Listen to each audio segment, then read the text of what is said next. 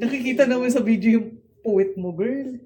So, ngayon, feeling kondo ay magmamas tayo ng Megan Acne Clear Clay Mastic. So, ito siya. Pagkatapos ko lang magpunas. After nito, need siya ulit pugasan. Di na pala kami nanood ng fireworks kasi wala na, napagod na papunta pa rito. Yun lang yung ayoko dito sa MOA. Ang hassle.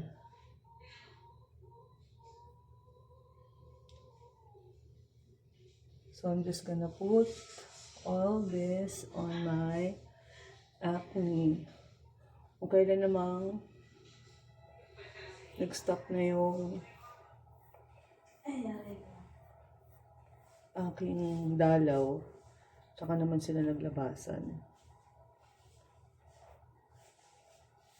Tingin ako? Ay, ganyan pala kasi gawin. Nilibin na.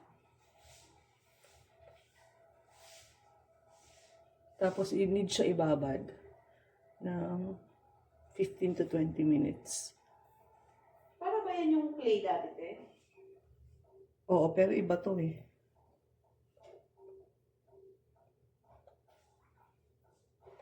So, lagyan natin lahat para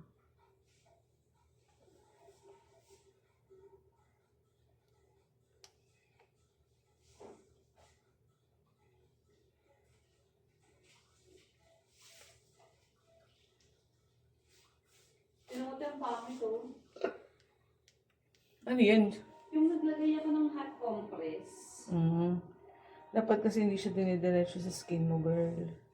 Hindi, yun yung parang siyang napkin, pero parang band-aid yung itsura. Yung pinakita ko sa'yo. Kaya nga, dapat na hindi siya dinidiretso sa skin mo.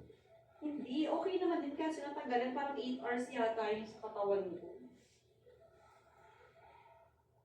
Hindi kinayan ni Mama. So, kakamayin ko na lang yung the rest para malagyan lahat. Yung mga patsi-patsi kasi mahilig ako mag-prick ng pimple.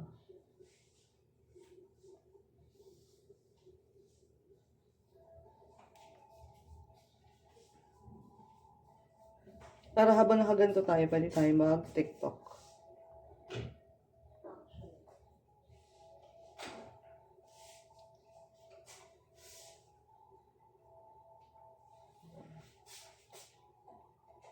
Dati kasi ang ginagamit ko is yung apple cider. Yun talaga.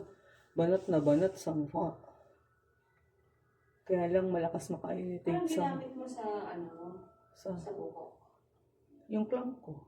Yung? Clam? Ayun no? Hindi. Just sa paglinis ako. Kasi na tayo nilagay. Ay! Meron pala tayong facial wash na binili. Oo, di ba? Ang importante lang yung facial wash. Hello guys. Kasi gusto niyo nakasimsot. Okay. So,